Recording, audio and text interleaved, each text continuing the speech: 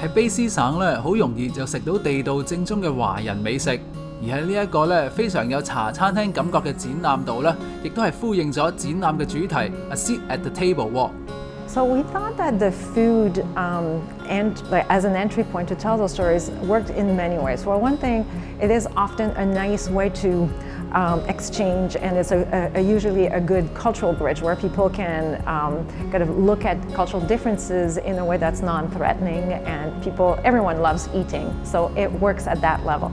But also there's a double meaning, of course, of social justice, where we realize very quickly as we understand the history of migration, especially specifically Chinese Canadian, that racism has been foundational to their experience and to the development of British Columbia, and that in order to create conditions that are more just for everyone, Chinese and other immigrants and indigenous people have had to fight and make and create a seat at the table.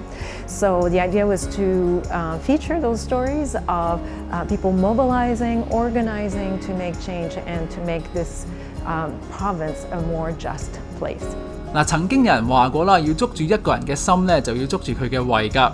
雖然華人喺加拿大嘅移民歷史當中咧，就算係比較艱難。過去嘅華人除咗有開墾嘅貢獻，仲秉持住咧民以食為天嘅原則喎。於是乎咧，就喺呢一片土地上佔上咗屬於華人嘅一席之地啦。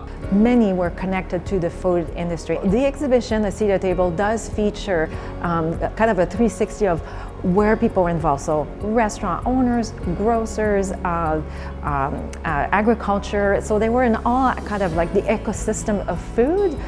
Chinese immigrants were always and continue to be heavily involved. And in fact, there is no British Columbia with the Chinese. Like they were critical in the food network, in the food security of the province. You have all these government officials saying, the Chinese are feeding the province, really. Now, they were doing that despite blatant racism. So working conditions, occupations they could do, wages, treatment, the not being able to vote until 1947.